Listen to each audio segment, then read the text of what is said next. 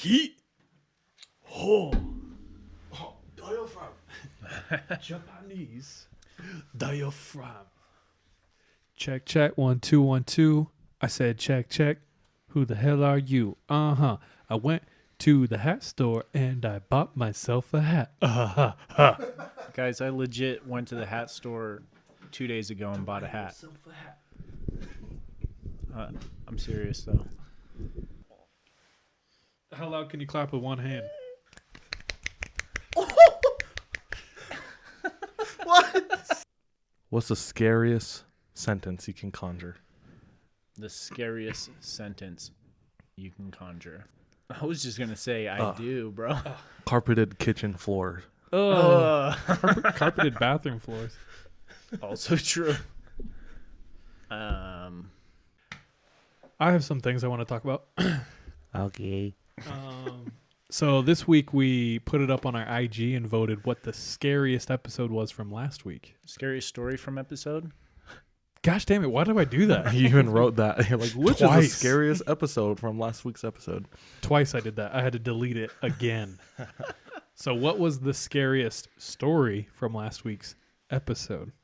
Did you guys see that? I did. Yep. I was following it. Hey. I didn't answer, though, because Because all of this is a competition and see who's better than the other. it's true. Definitely. Vote for my own story. And what did we find out? Pretty even across the board. Yeah, we had some equality amongst answers. Mm-hmm. I saw like 2 for the bear Sasquatch. I saw 2 for the exorcism in Morocco.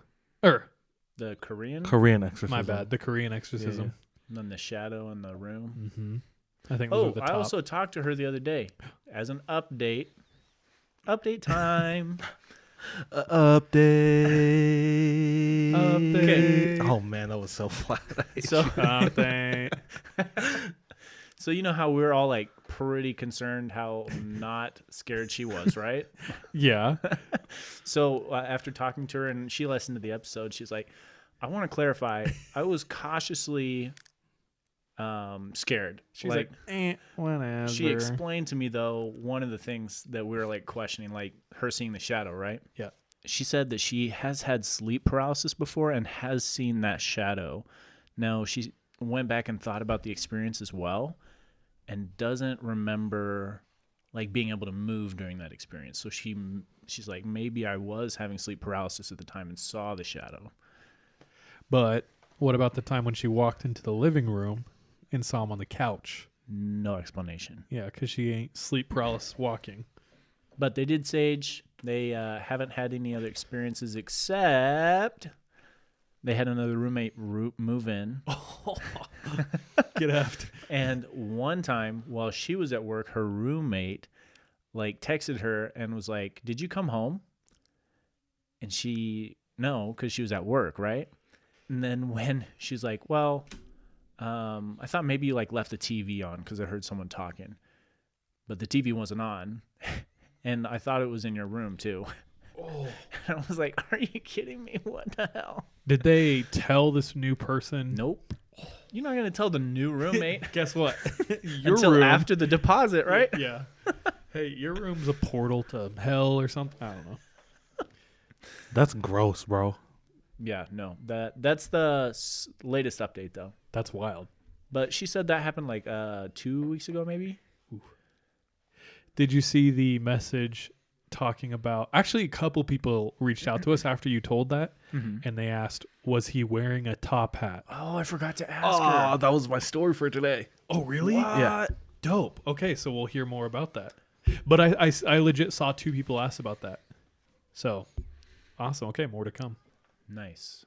I'll ask about the top hat next time I see her. Cool. Did you ever have an imaginary friend? Yes. No. You did? I did. Tell us all about him, her, it. So I thought my imaginary friend was really unique, and even when I tell you, you might think it's unique. But then I found other people on the internet who had the same thing. So every time I would ride in a car as a child, I would stare out the window, and I'd always imagine someone running and jumping on everything I pass by. So Was it scary or kind of cool or cool. funny? It was awesome. He'd be like running and he'd jump on a house and then like a fence and then you know what I'm saying. Okay. He'd like up and down. So it's like you were playing the super early version of Flappy Bird. Bruh. Yeah, I was Subway Surfer or whatever. Oh, Super Mario speedrun. Suburbia Surfer. Jesus. Of suburbia. So I thought that was like uniquely my experience until I saw a meme on Imager and it was like, anyone else stare out the window and imagine someone running on over everything? And I was like, oh my gosh. I'm not allowed. Other kids saw him. So you didn't have a personal relationship with this. No, I never talked to him. So he was more of an imaginary acquaintance. Just imaginary, like, you do your thing and I'll observe. Yeah. I'll watch you run. Yeah, good job. I never had an imaginary friend. Did you know anyone who did? I don't think so. Which is weird because I was an only child for quite a long time.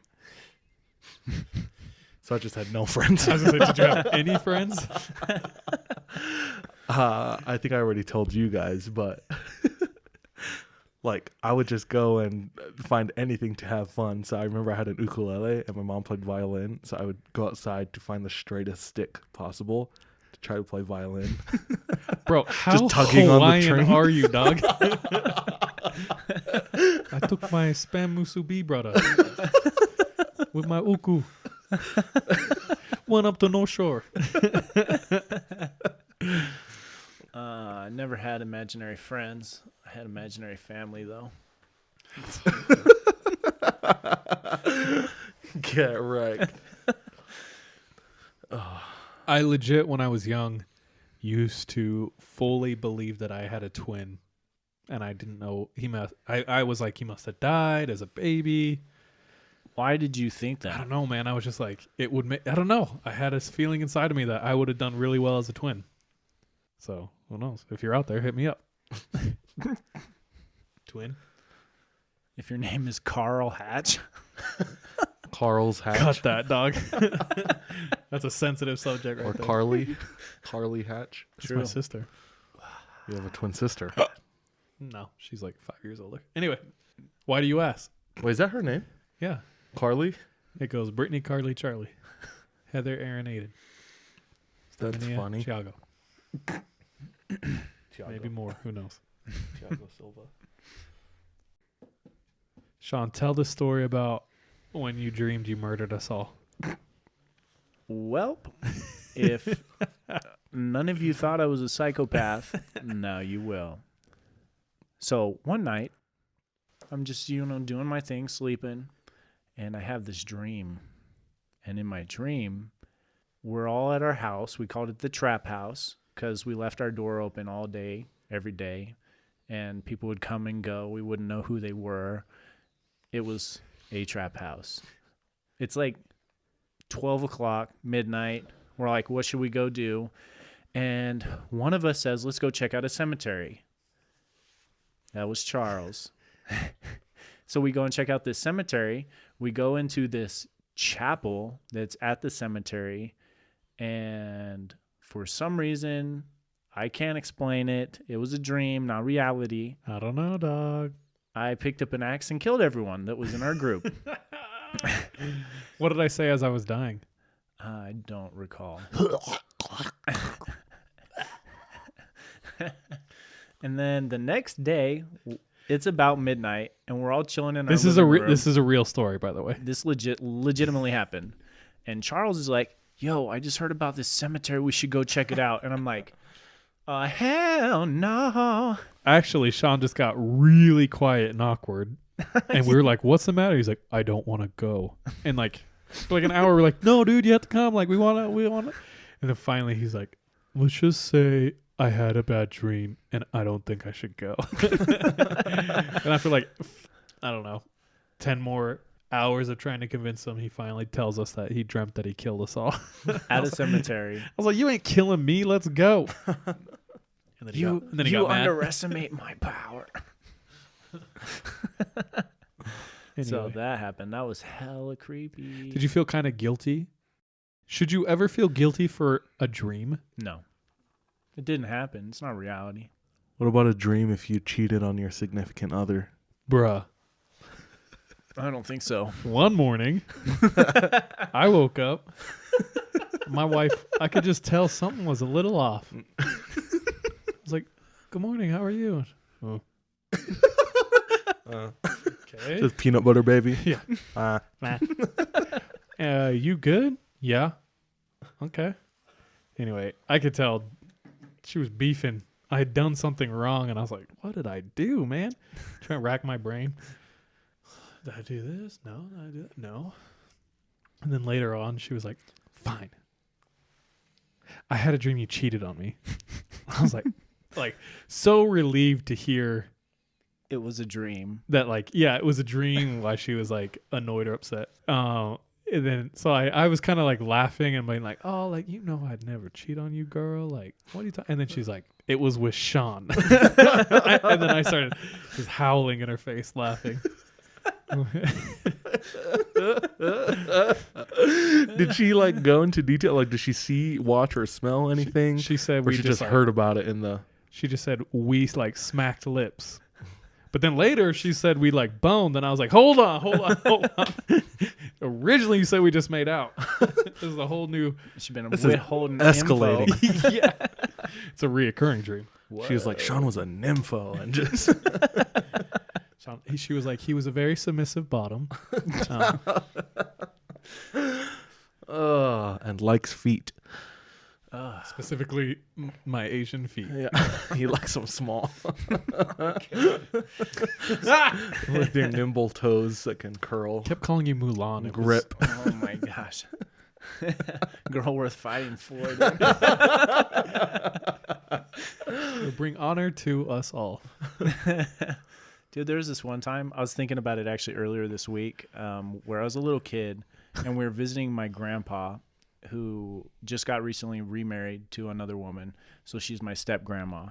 And my dad and mom were hanging out with my grandpa. They come back into the room, and our step grandma is like having us walk around the room.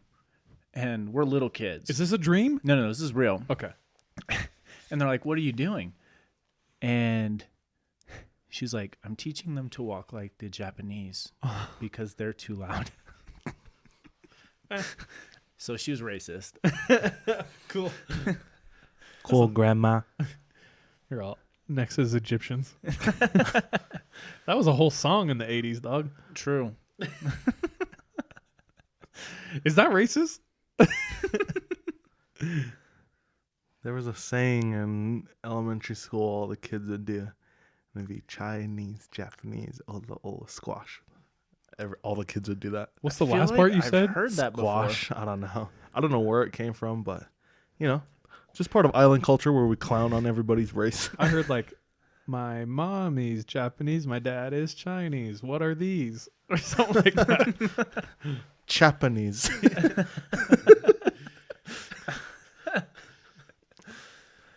Cool. Wait, what? We need you to give a detailed, embarrassing story of your life. Me? Something. Are you asking for a specific one? I don't know, because we began the whole episode with his onion grass and the pizza and then me and St. George. We need something from you, dog. Dude, everything. Oh, man. What about that one time you were at the hotel with your dad? Super nice hotel. It's like a big suite. I can't tell that. Yeah, you can. No, I can't. Why not, dog? That one's too rough, dog.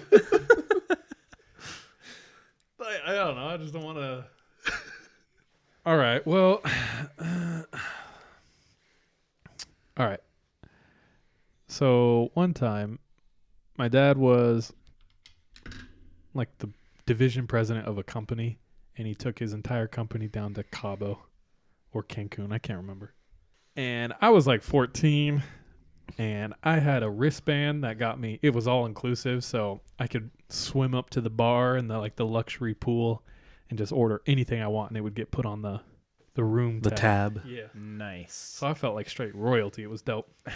And since my dad was the president, they put him up in the presidential suite. And this thing was like larger than the home I grew up in. It was huge. It had like a west wing, an east wing. I had my own like luxury bathroom. Came complete with bidets and spas and a telescope. And after you learned about the bidet, you never went back to the pool. Yeah. I was like a pool in my ass. No. Just kidding. No. So I don't know. I was just like, I had no parental supervision. There was mad people just enjoying life.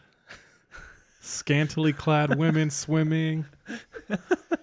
I was bored and I was hanging out in the room and I was like, there's really attractive ladies everywhere down at the pool. And I have a telescope. You brought one with you? No, the hotel had a super nice telescope in the room. It was on the balcony pointing out over the ocean. Is this Jeffrey Epstein's hotel? But I was like, I did quick maths and I was like, okay, it's pointed out to the ocean, but the very hot ladies are down below at the pool.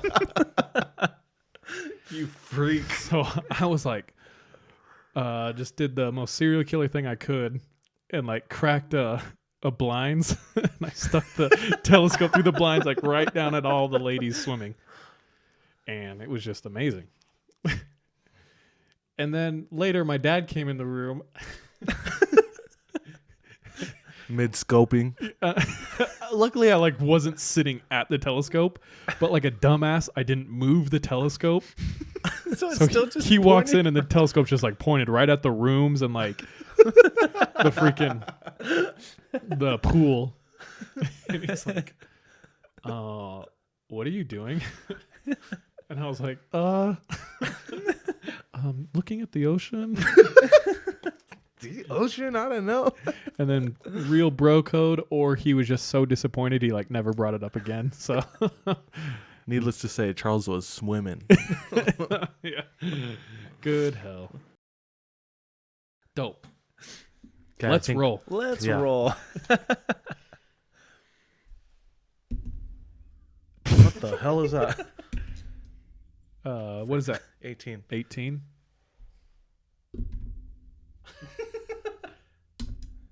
Seven. 3. Sick. Me, Sean Charles.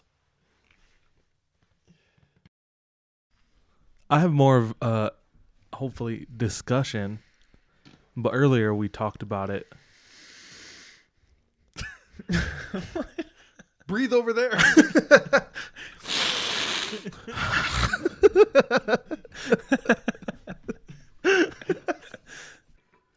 Okay. Earlier.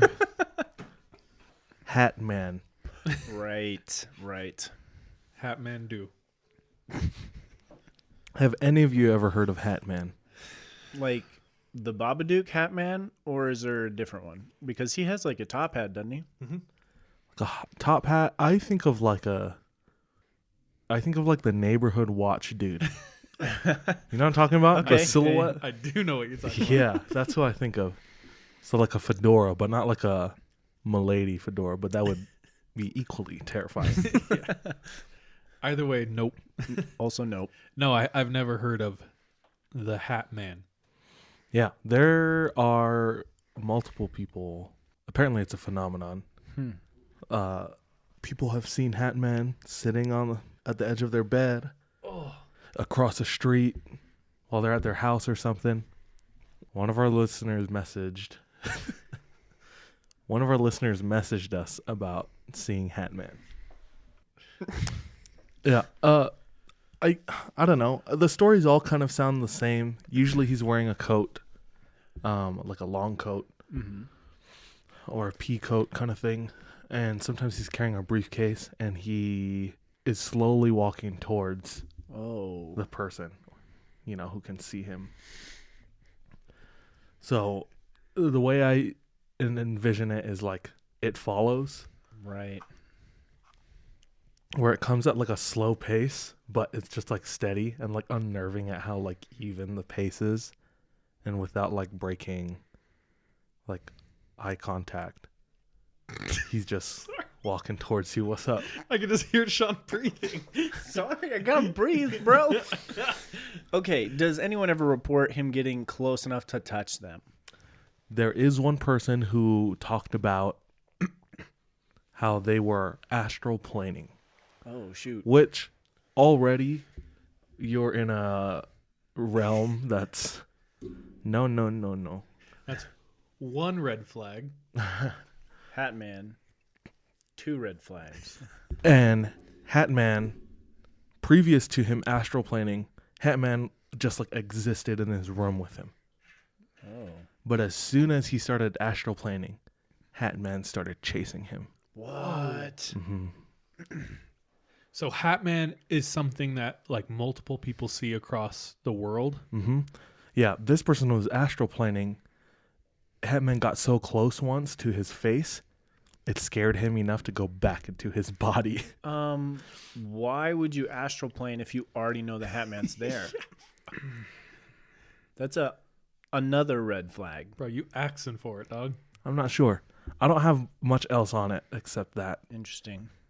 There's a whole subreddit on it called Hatman.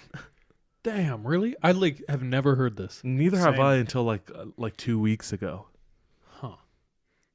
So I've read a bunch of the stories on there, and a lot of them are similar. There was one story of a brother and a sister who saw Hatman in their house growing up, but they never talked about it to each other. So they thought they were the only ones seeing them. So recently, they were talking, just reminiscing about their childhood, reminiscing about this house they lived in. And That then, mother.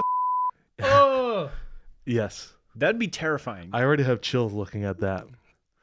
But it's just You see that? You see that? it's just a silhouette. You can't really see anything except the figure of a person. He's wearing a top hat, ish, or like a wide brim fedora kind of thing, like Carmen Sandiego. like the ghost of Frank Sinatra or something. Yeah. And that's pretty much it. He just creeps you out. But yeah, this brother and sister were recently reminiscing about their childhood, and they're like, wait, you saw Hatman too? Because one of them was explaining their experiences. Like, I saw him all the time in the hallway, walking with his briefcase towards my room. I'd close my door. I wouldn't hear anything. I'd open it again when I was brave enough, and nobody was there. Holy cow. Okay, that's actually an important thing. Yeah, I agree. If you are experiencing something, I feel like you should tell, like especially siblings. You should tell your siblings. And in this scenario, us. Yeah, because chances are, or like with the roommates, you know, if multiple people are experiencing it, it's more than just your imagination. True. I know you're next, but I'm gonna tell a quick one. Is that okay? Go for it. I wasn't gonna share this, but that reminds me. Go. This is actually from a podcast called Radio Record. Is that the one I sent? Radio rental. Okay. So this is from a story, Radio Rental. And that's actually a recommendation of mine. It's kind of like our podcast, except all the stories are really produced and dramatized. So if you want to hear some voice acting and sounds and stuff like that, go listen. So nothing like our podcast. Yeah, I guess it's the only similarity is they're telling first and secondhand experiences of scary or creepy incidences. Okay. But one of the stories I was listening, so real quick, last night I got an insane amount of energy and I was like, I need to go jog. And it's like 8 or 9 at night. And so I go outside and I start running and I look up and lo and behold, it's a full moon. It happens like every month, dude. I get like mad, mischievous. I'm like, I want to go do something. I want to go spray paint on something. Oh, I thought you were talking about the full moon. It happens every month. Did you hold this thing right? Yeah. Damn, it goes away and it comes back. Like Every month it gets smaller and bigger. I'm sorry. No. Anyway, so I was jogging last night through my neighborhood, and there's a surprisingly lack of streetlights in my neighborhood. And I'm listening to this scary story, and legit got creeped out. Ooh. So it's a story of this kid, and when he was younger, he had a reoccurring dream. And in his dream, this woman would show up to his house, and he understood that she was the babysitter. And every time she would come, she would insist on doing the same thing. And it was, we need to play hide and go seek. And he would remember thinking, I don't want to play, or I'm really hungry. But every time she would insist, we have to play hide and go seek first. And so she would like leave in a room and she would run off and go hide. And he would have to go find her. And he remembers one particular time where he looks all around for her until finally he gets to his parents' room.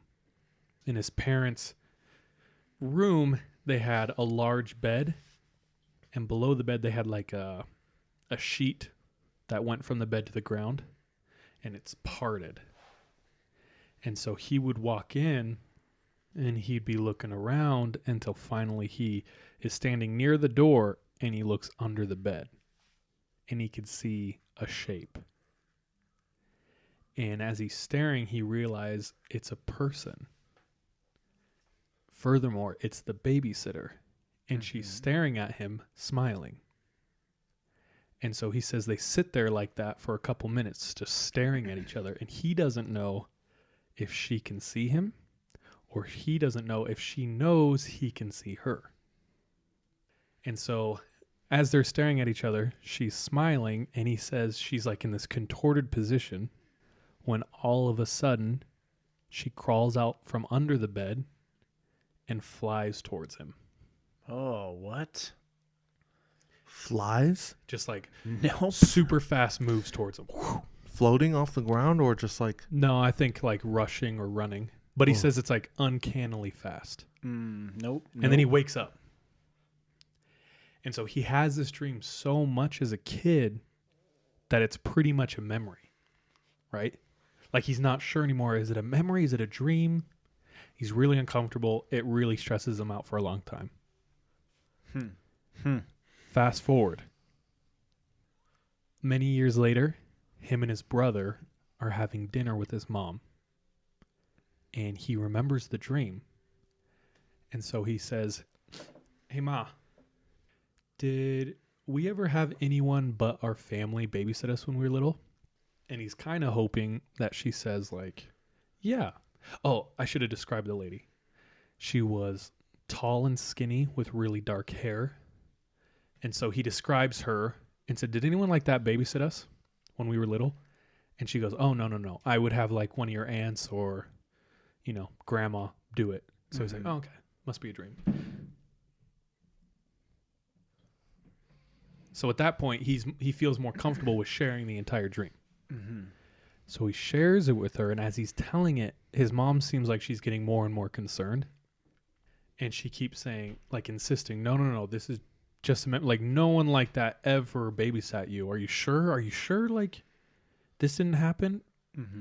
So she's like way more concerned. His brother's not saying anything, and he just doesn't know. He's like, "I don't know. It's really weird. It feels almost real." So him and his brother get in the car, and they start to leave. And his brother goes, "Hey, describe me that lady one more time." And so he does. And his brother says, "I distinctly remember someone like that being in our house when we were little." What? And he said his brother wasn't joking. And he said, like, "Tell me everything you can remember," or something like that. And they discuss it, but they have no idea. Somehow they both have this memory of this woman being in their house when they were little. Bro, I think the mom's hiding something too. Dude, I didn't even think of that. Because the way that you're like describing her, be like, no, dude, she's hella hiding something. Well, I told this story from memory, so go listen to Radio rental podcast. But that's a good theory. Sounds like the mom's hiding something. I like how it's easier for you guys to accept that the mom is abusive rather than something supernatural happening. I'm like, oh, she's hitting him. She had a mask she'd put on or something. I don't know. But anyway, it's just like, Did you kick my foot? Bro, like a I second don't ago know. you were over there, but then you're right here. Just not, did you like move your leg to like stretch? a little. Shut up, you're dumb. You kicked my foot. I didn't feel it, but I moved my leg. From where to where? How? I don't know. I went. Or something. I don't know. But anyway, it's just like, did you kick my foot? You didn't bring it over here? No. But anyway, it's just like, did you kick my foot?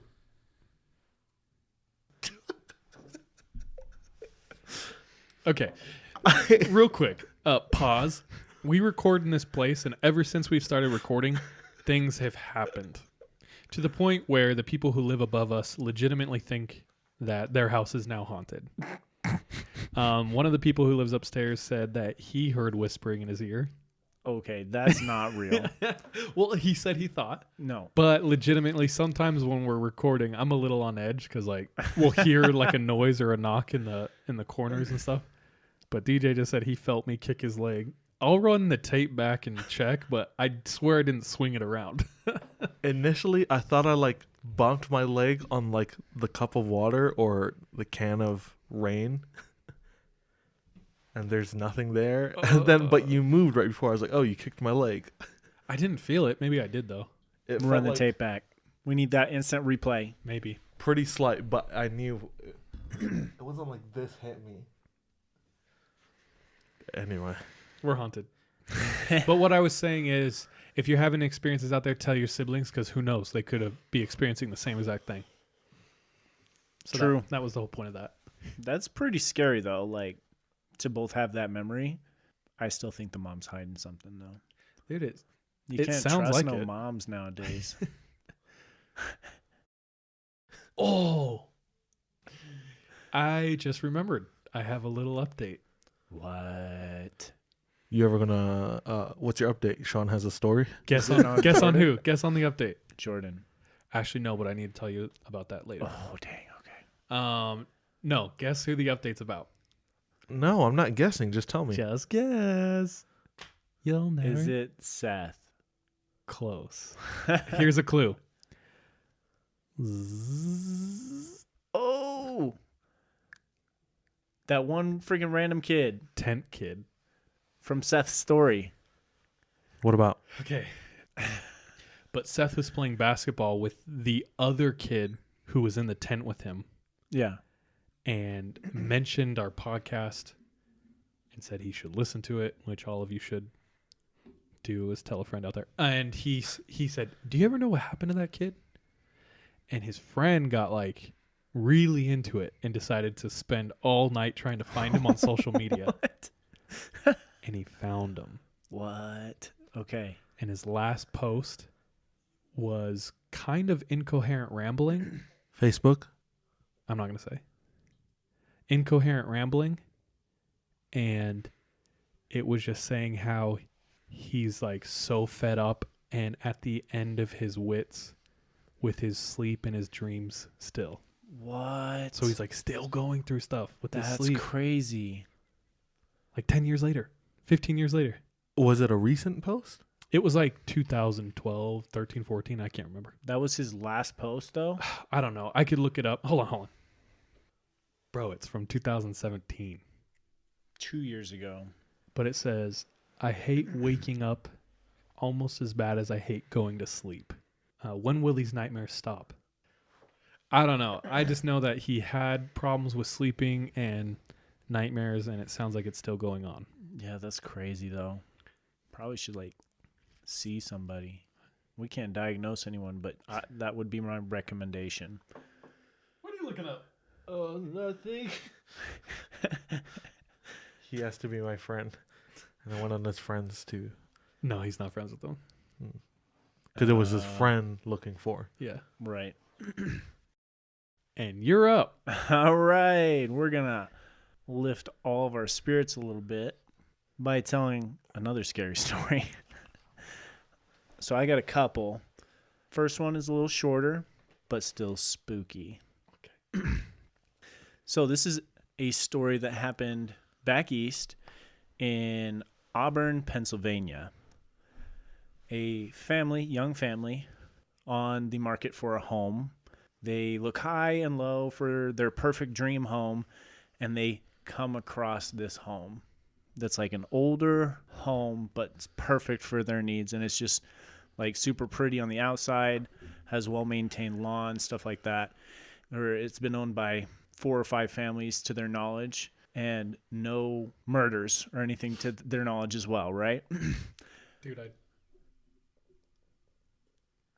just saw something under the door. Can you look? Nothing there, bro.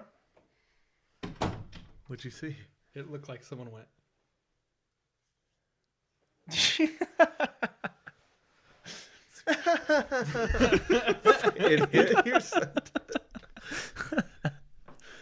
I'm sorry. I checked, dude. There was nothing there.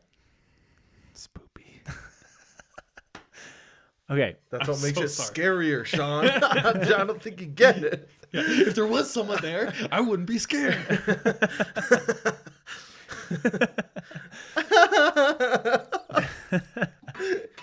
Oh gosh. Take that out.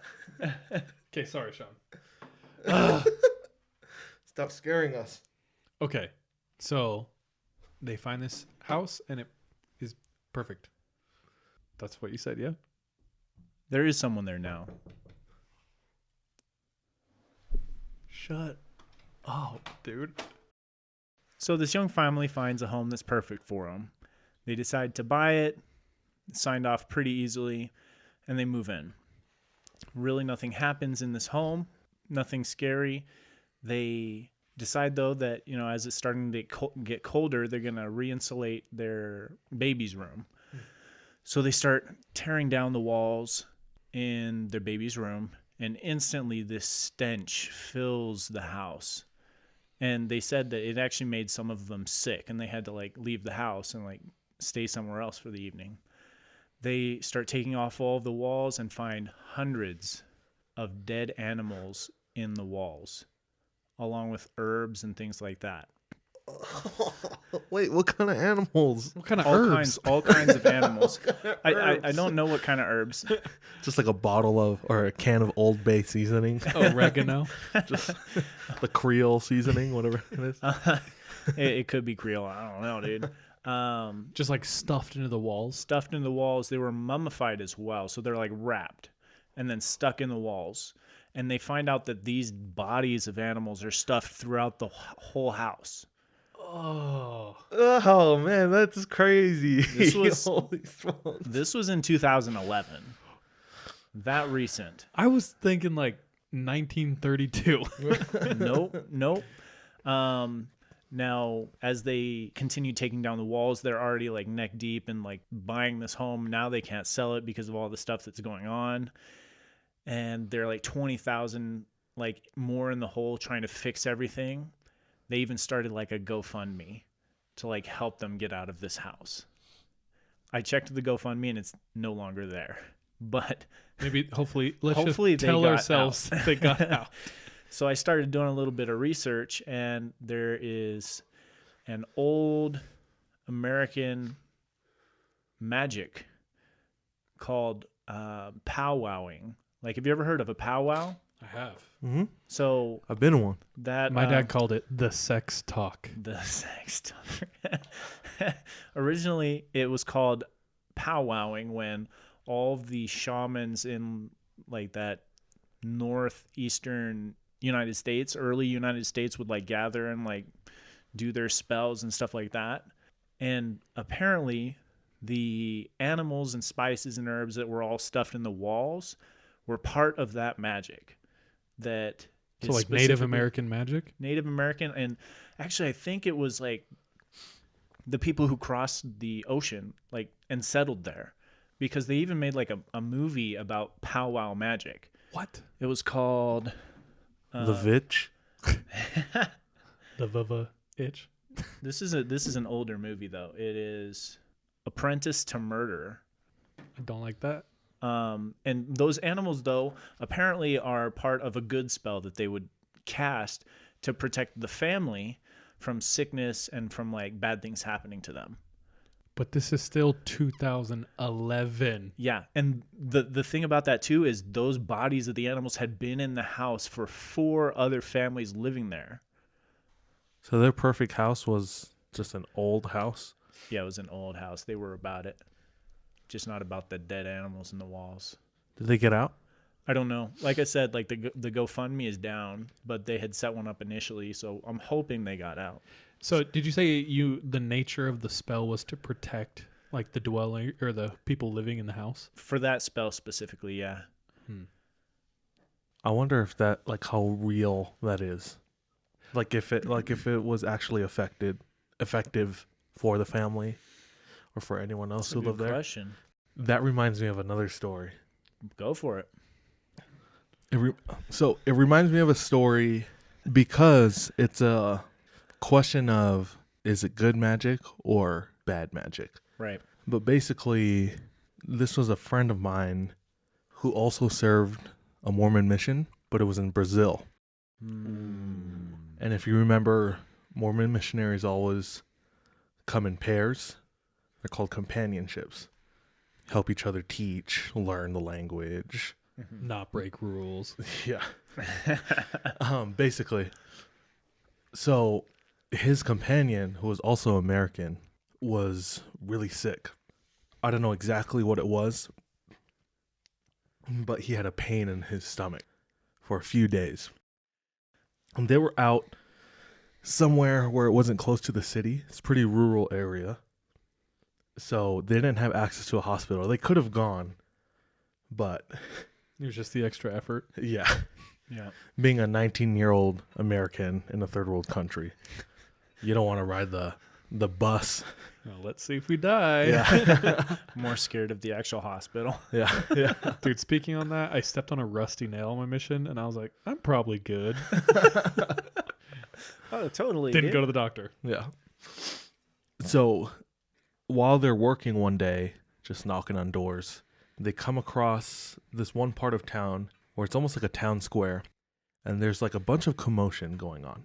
You see people slowly start congregating in the middle of the square. And it's just, this crowd is getting bigger and bigger, and they're just watching, and they don't know what's going on, so they decide to go join the crowd.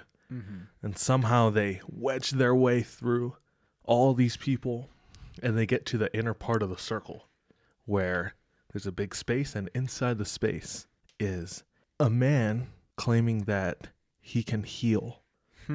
He can heal people's sicknesses and take away their pain. And before anybody goes up, this missionary, the companion, volunteers himself. Says, yeah, I'm sick. I've had a pain in my stomach for the past few days. Can you do something about it? So the man runs up to him, holds him by his arms, and drags him into the middle of the circle. And he lets go of his arms and is walking around looking at him. Everyone starts to quiet down. And the man reaches into his back pocket and slowly raises his hand high above his head. And he has this smooth, large black stone. And he starts speaking, not exactly sure what he's saying. But while he's speaking, he puts the stone on this missionary's stomach and starts rubbing it in a circular motion on his stomach.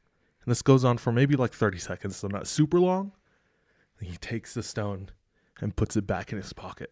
And the missionary leaves the middle of the circle, goes back with his companion, my friend. And my friend is like, I don't know if we should have done that. After the fact. Maybe. At first, he's like, let's see how this goes. Afterwards, he's like, I don't know if we should have done that. So as they exit the circle, they wedge through all the people again. By the time they get out, his companion says, I'm not feeling anything anymore. My stomach feels fine. And immediately my friend is just cautious of that. You know? Just to make sure your friend's not the one who got cured. No, Ugh. Okay. it was his companion. Yeah. So they go on about their business for the next week or so. And he's fine. Nothing happens. Right. So in your mission, there's usually around 150 to 200 missionaries. And you are all assigned in different areas. And there's different people in leadership who oversee that area.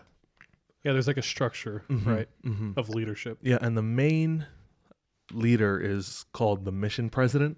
So he's the one who orchestrates, this companionship will be here, this companionship will be in this area, amongst other ecclesiastical things. Mm-hmm. But periodically they have meetings with missionaries in concentrated areas.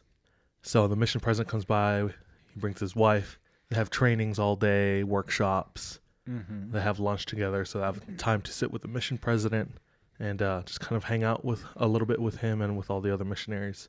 And this missionary brings up, last week I was sick, and while we were proselyting throughout the town, we came across this medicine man, priest, and he had a black rock that he rubbed over my stomach. And after that, I felt a lot better. And the mission president had this look of almost fear on his face. And he says, I would not do that again, but I want to give you a blessing. So in the Mormon church, there's something called the laying on of hands. And it's just a traditional blessing for those who are sick or afflicted or need comfort and need some direction.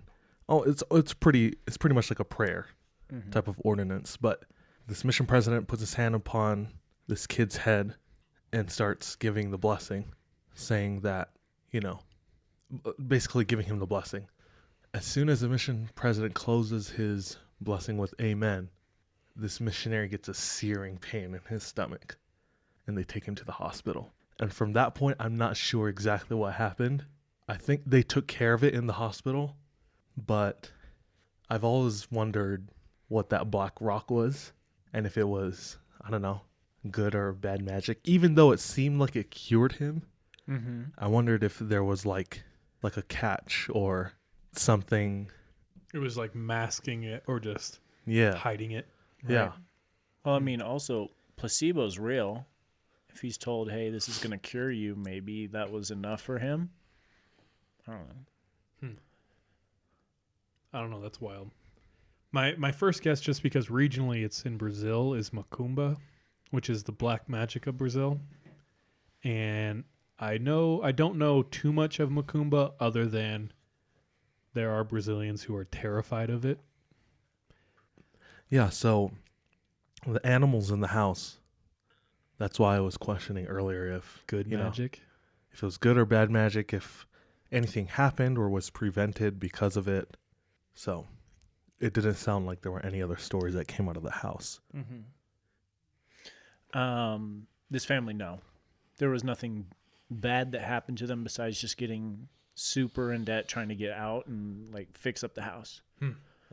Finding all those animals though I in would- in the walls. I'd be upset. That's dog. like my friend who stayed at the Airbnb, Oh yeah. and throughout their entire time staying there, they would hear like hissing and like scratching in the walls. The scariest part is the first book she picks up out of the bookshelf Oh, that's right. and opens it up. There's a handwritten note that says like "Get out now" or something. Mm-hmm. Oh, that's the most Bro, I'm terrifying gonna start part. doing that in Airbnbs Oh my gosh, that's ingenious. and like leaving the book like a little like pulled out, so that's the one Ajar. that they- Subconsciously, that's the first one you choose. Yep. Yep. Hmm. Make it at like eye level. Make it the brightest book. Pull it out just like 2 millimeters, Yep. and so they'll think. And it's then that. the note just says, "Get out while you still can." That's a trick in retail and in grocery stores. Yeah. When they stock, they don't put it completely perfect because people don't want to mess that up. Yeah. They'll take out a few, mess up a little, so it's like easy to grab one. You don't think about messing it Yeah, up yeah. or I'm gonna line them all up. They'll when I also start. do like the more expensive, like sugary things closer to a child's level. How dare they? Yep, dude, that tricks of them trades. Did you have more? I do got another story. Ooh, It's a little urban legend yes. from when I lived in Ohio. So this urban legend is about a very wealthy farmer lived in Cuyahoga National Park in Ohio. What was then the national, or what is now the national park.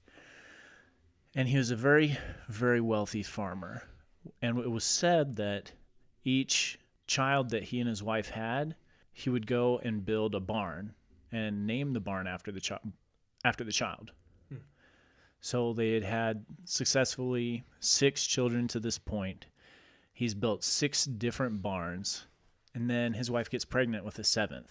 Now, back in these times, He's like, I'm shit out of barns. Gosh, damn it. so his wife gets pregnant with their 7th child, and in the delivery, both the wife and the baby pass away. So This is a long time ago. this is a long, long time ago. Dude, yeah, childbirth was no joke, bro. Yeah. I don't He's all relieved because he doesn't have to build another barn. He's So like, a grave is cheaper than a barn. unfortunately, he'd already built the barn when he knew they were expecting their 7th. Of course he did. This was their 7th barn that he'd built. Now, after a few weeks of grieving, and like this farmer's starting to lose his fortune as he's like not caring for the farm and the animals and the crops and everything like that, the farm's basically just losing its money. In a fit of depression, he takes each of his children out to the barn with their name on it and takes an axe to them and kills them, and then buries them in the barn. And then he goes to the 7th barn and hangs himself. How selfish, dude. Imagine life being so bad for you, not working out. It's like, well, life's not going to work out for you either. But I don't know. In his sick mind, maybe he thought he was like ending all their suffering. Yeah, I don't know. Did you ever play Call of Duty 2? I did. World War II one? Mm-hmm. Best one. Every time you died, there was a quote that came up on the screen. Okay. And one of the quotes that stuck out to me, and it was like war quotes, like Winston And obviously, Churchill. it stuck with you. It did. Not that I believe it, but I don't know why it just stuck with. But one of the quotes was, "Death solves all problems. No man, no problem." And now that I've thought about that a couple times since then, and that was when I was like, I don't know, maybe in middle school playing that game. But I was like, man, what a quote to put on for children. Oh, gosh. Jeez Louise. That's getting heavy, like Spy Kids 2. When Steve Buscemi drops that knowledge. Do you think God hides in heaven because he's afraid of what he created Still messes me up.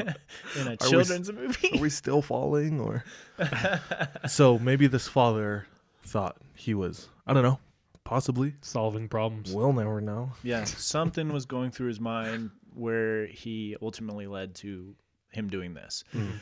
Now, the legend goes that if you go out to the 7th barn during the night, you can see the shadow of him hanging by the rafters and see the shadow on the ground. Now, this is a long, long time ago, and since then, the property that was his had been sectioned off. All these barns were now owned by different people, and they'd actually lost, we lost the history of where the barns were. Mm-hmm. There was a school teacher in Ohio who said he figured out where they were. He said he figured out where they were and was going to go out there at night to, see if that legend is real. And he Go for it, mate. Why not? he and his son go out to where he believed these barns were, and to the 7th barn specifically, and they were never seen again. His wife, the next day after not hearing from them, called the police, reported a missing person, and they found his abandoned vehicle parked somewhere along the road, close to an area that was predominantly farmland. But they never found him or his son again. And that's the legend of the 7th barn. Ooh. The 7th barn. That's a good name. I wonder if the father turned on his son. Like if there's a spirit there. Oh, he's like, I'm gonna end Like The your Shining, problems. dude. And then Yeah. hangs himself after committing the deed. Mm-hmm. That Bro. is like The Shining. He came in with the axe. That's a high stakes urban legend right there. Yeah. Usually it's like, you hear a tapping on your door. This one's like, you die. And takes you and your son. I know where the Cuyahoga National Park is and have been there. Well, let us know. But I don't recall seeing any barns specifically. Like, yeah, I don't know. Jeez. Could be a campfire story, but seems like could also have some legitimacy to it. That's all that I got today. That's a good one. That is a good one. I just love like classic urban legends. That's a classic one. Mm-hmm. All right. I was going to share a couple, but I'm chopping it down. I'm sharing one. All right. So this is a real story. And I found this, someone submitted this. So this takes place in Indiana, the Midwest. And they said when they were growing up, they lived in this suburban neighborhood. And one summer, several family pets get murdered in their homes. So it happens 3 times.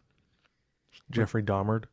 Where the family wakes up and the throat is slashed of their dog, or their cat is like skinned and it's in their garage or like living room. Ugh.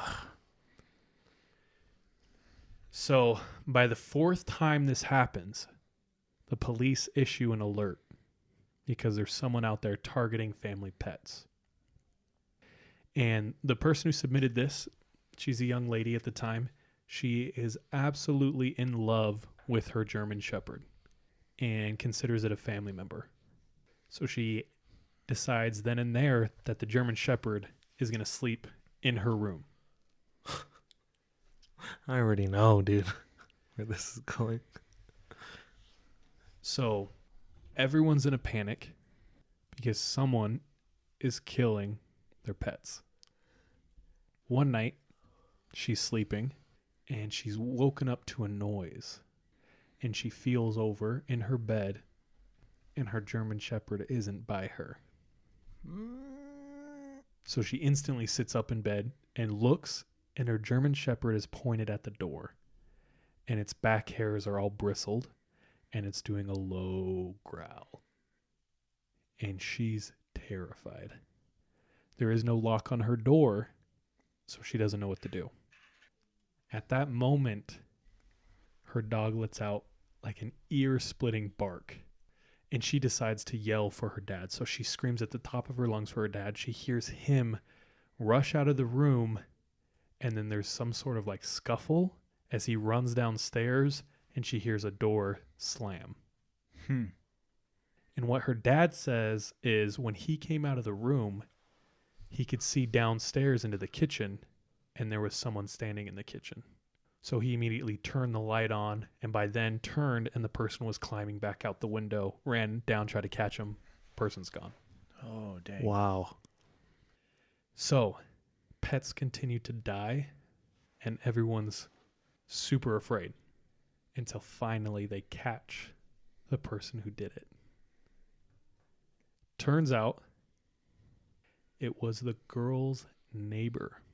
What? A 17-year-old boy who decided to start killing family pets up and down the street and all around the neighborhood. And when they asked him why he did it, he said, because it was fun. Ugh. Psychopath.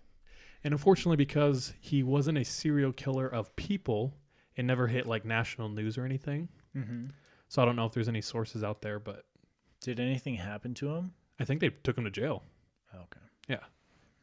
Your pets are no longer going to be terrorized or killed At least by him. by him. There's a video that I recently watched of a young girl. She must have been 5, 6, 7 years old. But she would constantly hurt her classmates.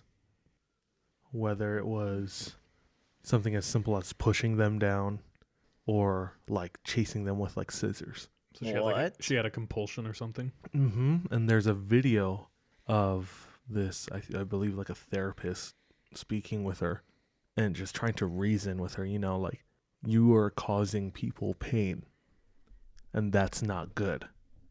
And you could just see in her face, like, has no remorse. In fact, there's a few times where she's smiling and she talks about how much like it feels good to hurt other people.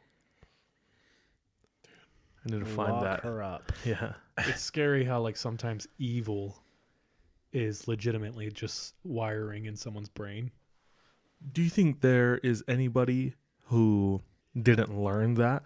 Because initially people would say like, oh, the parents. No, I think there totally is. I think some people are wired wrong.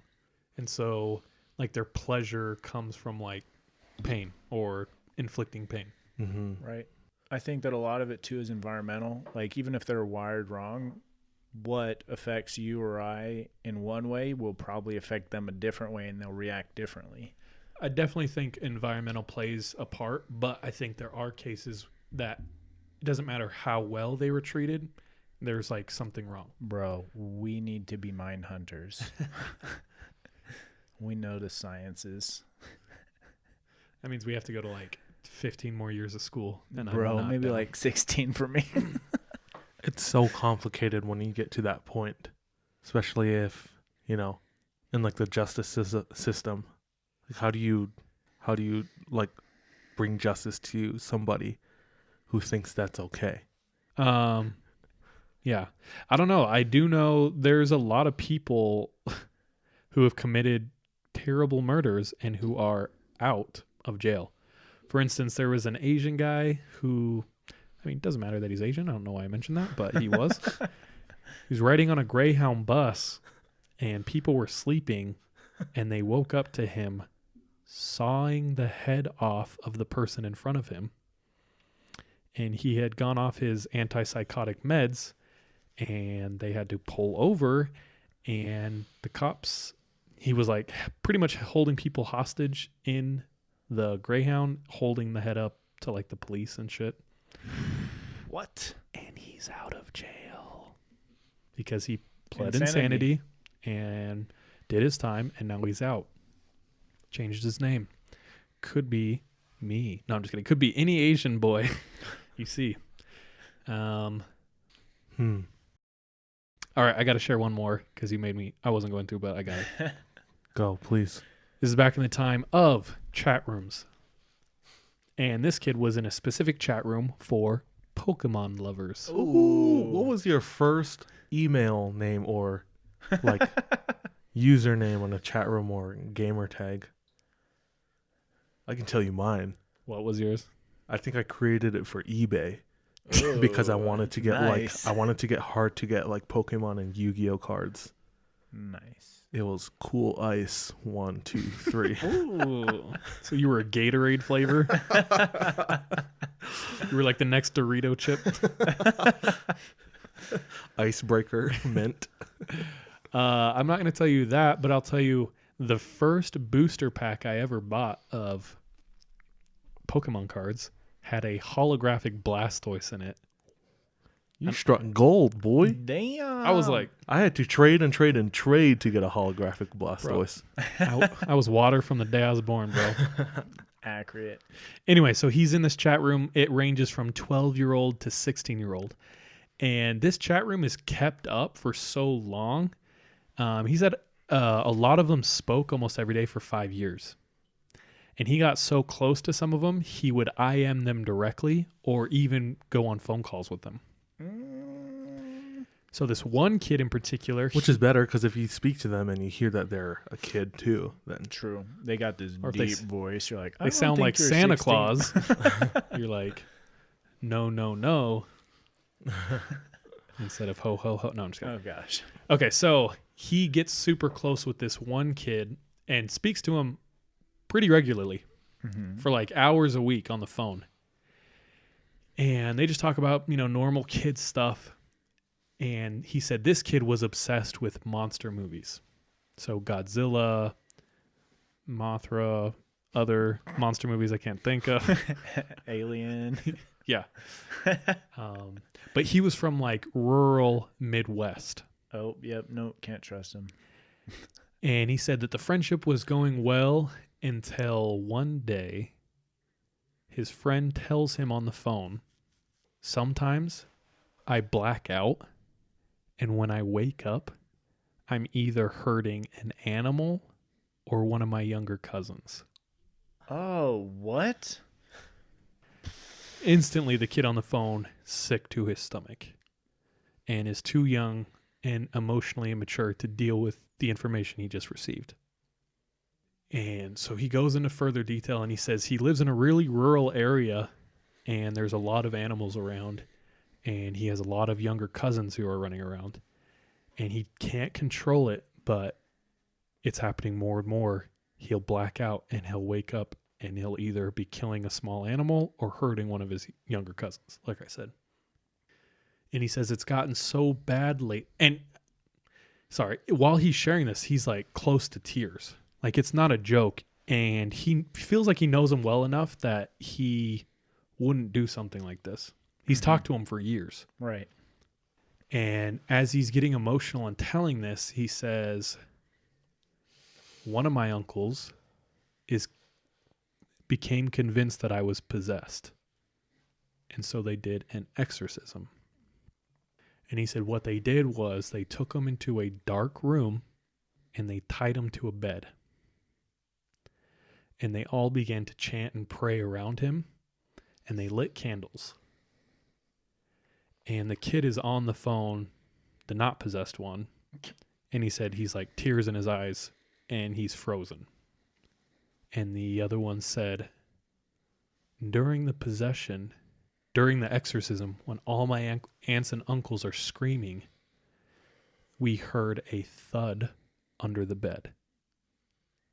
And he remembers seeing something crawl its way out from under the bed and try to get to the door. And he blacked out. What? Holy sh! That's sick. That's scary. He says he hasn't blacked out since, and that his uncles said he's cured. What did they say happened to the thing that was crawling towards the They door? don't talk about it. And so the kid said he pretty much never talked to this kid again. And that was probably the scariest thing he's ever heard. That's terrifying. Like, if I was just talking to one of you guys on the phone and all of a sudden you're like, I was exorcised. And I'm being dead ass serious. I would have been like, what? Bro, I have a friend in high school whose mom, like, legit kind of tried to exorcise him. Not that he was possessed, he was just being a major asshole. And she was hella Christian. She tried to exorcise him with her chanclas. But it was kind of like the rumors in high school. Everyone was like, bro, did you hear that so-and-so's mom tried to, like, exorcise his ass? Take out El Diablo. He wasn't Mexican. Why do you guys... Homie was white. But anyway. You go over to your white friend's house and they're just screaming back at their mom. Like, you're like, Bro, I legit went to my... I'm not going to say what race he was, but he was white as hell. And I came into his house, and he's at the top of his stairs, and his mom's, like, at the bottom. And he's like, F*** you, Mom! F*** you! And I was like, all right, I'm going to head out. And I was like, if I said that to my mom, she would whoop my ass, dude. And, yeah, it was wild. I was like, this is... anarchy. Another world. Did your parents spank you? Hell yeah. I got spanked once. I got spanked like twice, and I remember specifically thinking, well, that's stupid. Never going to get in trouble or caught again. So Yeah, definitely not getting caught again. yeah. I was like 4, and I was like, well, that was dumb. Like, I'm going to reevaluate what I did and figure out how to do it better next time. I don't even have to ask your brown ass that you got hit. Yeah. I got hit. In fact, I would let my mom hit me, and then I'd run away, and I'd like run up to the second floor and peek my head down to the stairs. I'd be like, that didn't hurt. And then she'd come chasing me. Just asking for more. Bro, I went to a hood-ass elementary school. And so third grade, we'd play football. So we'd all line up, like facing each other. And then you'd like put your fist on the ground and someone would be like, blue 42, hut, hut, hike. And you just stand up and start swinging. It was just a big fist fight.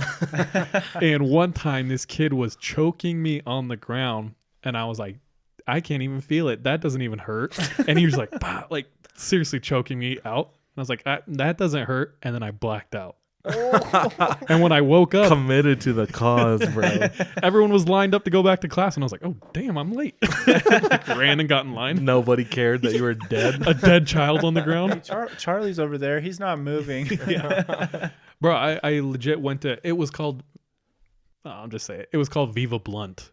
That was the name of my school. Viva Blunt. Yep. Live Blunt. Something like that. But we got to school one day morning and it was covered in blood. Oh, what? And they didn't clean it up till like after lunch. And turns out someone got stabbed and ran through my school and got their blood everywhere. What? Yeah, I got there. I was like, what the hell happened?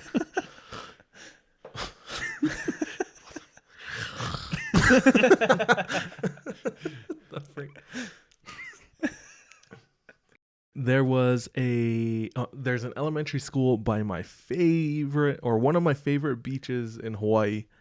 Both of these dudes have been there. Remember Sherwoods? Gee, bro.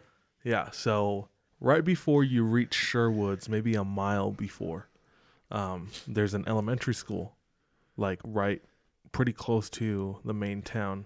Is that where your homies jumped off like the bus into the lake? No, that's the next town over. Yeah, that one's sick though. Basically, this elementary school, there's a legend of the blue girl. What? Wait, hold on. Oh, okay. I just got off the phone with Seth, and he said, bro, you should check out the legend of the blue woman. Oh, that's crazy. Anyway, what's the blue girl? The blue girl, there was a flood at that school, and one child died there. She drowned. Nice. So people have just reported seeing a little girl, and her skin is blue. She's just walking around playing still at the school. But That was almost my ass. Moaning Myrtle up in here. If he would have held on for like 3 more seconds, I would have been the blue boy. Holy Blueface, baby. Actual. That was almost me, bro. I hate Blueface. Anyway, this is the 3 a.m. podcast. My name is Charlie. That's Sean, and that's DJ. We're just a bunch of friends who tell stories first and second hand and joke about them. Yeah. Make light. If you made it through this episode, props. Dude, Because yeah. we don't know how we made it through this If you had to episode. describe this podcast in one word, mine for this week would be irreverent. Very. Y'all good for the night? Yep. So good. Dude, until next time then. Bye, love you, be safe. Trust your gut and watch your back. For the first time ever, the more that you fear it, the more power it has over you. The more power it has, the scareder you get. Okay, maybe we don't. Come up with your own. Yeah, I'm gonna have to put that in on the back burner and figure out, what I want to say. But for now, the more scareder you are of it. Rest in peace, Jordan. Rip. Guys, don't worry. Because all you have to do is not be afraid, and then none of this can hurt you. So, good night. Okay. Would you rather? What? Would you rather have to walk around? Would you rather have to walk around on one foot for the rest of your life, without any assistance, no wheelchair, no crutches, no prosthetic leg? Mm-hmm. You have to hop around on one leg, and you still have your other leg. You have to just keep it up. That's worse. Exactly. Cut that off. or for 1 year, So you can never like touch it down? Or just when you move? Can I stand with both? No. Yeah. What's the point of having it? You Exactly. cut it off, dude. Exactly. Or walk around for 1 year with this in your shoe. Oh gosh. Okay, yes. Oh, that. Yeah. With this in your shoe. Yeah. I'm gonna have this on the arc, the keystone. Bro, I'm getting Of your like foot. 6 I'd rather do that. Doctor In your shoe. Scholl's and putting I'd them rather in do there. You rather do that? Yeah. I would just get Wow. good on my tippy toes. It's only a year. No, you have to walk on it regularly. As much as you Try it walk right around now. right now. Damn, that would hurt. Yeah, with carpet, I know. with It's like more super support. soft. Yeah. Well, I'm getting like 6 pairs of those Dr. Scholl's like pads You like the princess and the pea? and just like cutting a hole in it so I, can don't just like put that. it oh. Like 20 mattresses. Guys, what's been your favorite story so far? My favorite From this episode? No, just like so far. My favorite story, some of my favorite stories I've shared, I love the glitch ones. I like how different those were. I loved your Pause mimic back foot. That one's sick too.